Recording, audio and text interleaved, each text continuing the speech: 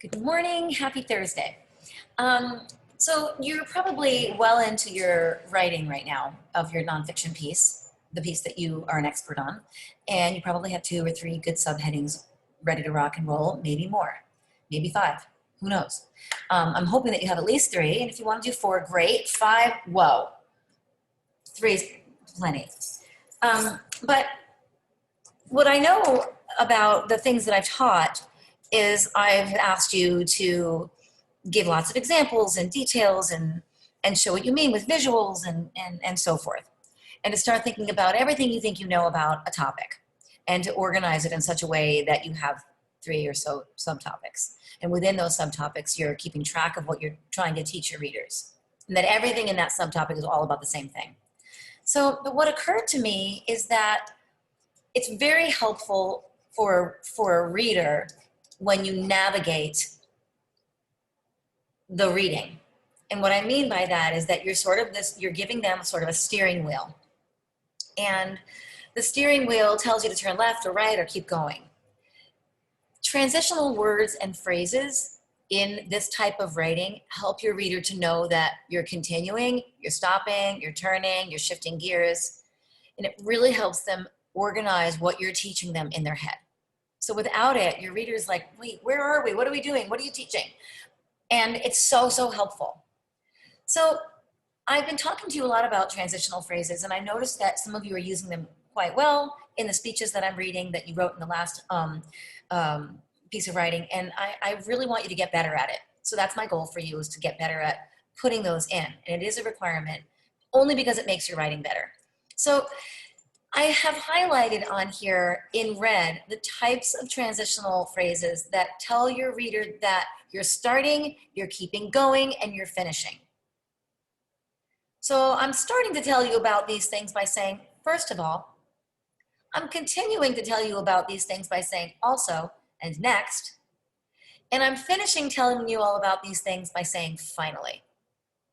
You can use other words that are like that. Like, for example, another thing, also, further, other things to consider, lastly.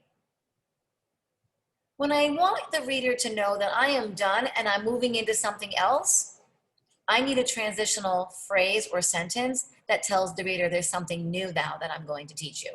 So in this case, it's, speaking of weather, what if it's too hot or too cold? The next paragraph is going to be all about what if it's too hot or too cold. And the reader expects that because I just told the reader that I'm going to do that. So I started it out by saying clothing options. When you get outside to run, and maybe inside as well, you need certain gear to help you run well. That topic sentence is going to tell me that all of this is about gear. All of what I'm teaching you right now is about gear. First of all, here's one thing. You'll want good running shoes and socks. You'll also need, that tells me that I'm not talking about running shoes and socks anymore. You'll also need leggings or shorts with pockets for your keys and phone. Next, I'm not talking about leggings or shorts anymore. Next, you will have to decide if you will wear long sleeve or short sleeve shirts or tank tops with no sleeves. Depending on the weather, some runners like to wear as little as possible so they don't get too hot. Uh-oh. Now I just said hats in the winter and summer will protect your head, and you may like gloves and sunglasses as well. I did not put a transitional sentence in there. I will say this, too much is not a good thing.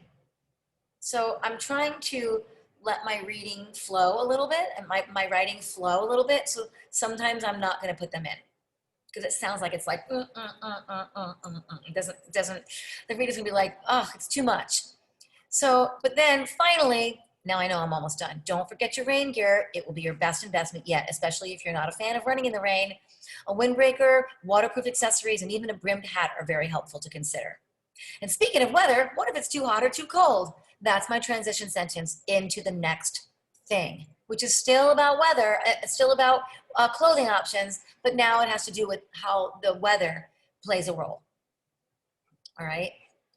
So that's all I wanted to show you for today. I think it's important for you to try this. I'm not expecting miracles, you know, I'm not expecting you to be perfect at this. I do expect for you to try it, to do the best you can, to forge ahead, read your piece and say, did I use transitional phrases? In fact, one thing you can do right now is take a Post-it note Rip it off, stick it right onto your piece of writing, and write right on it, transition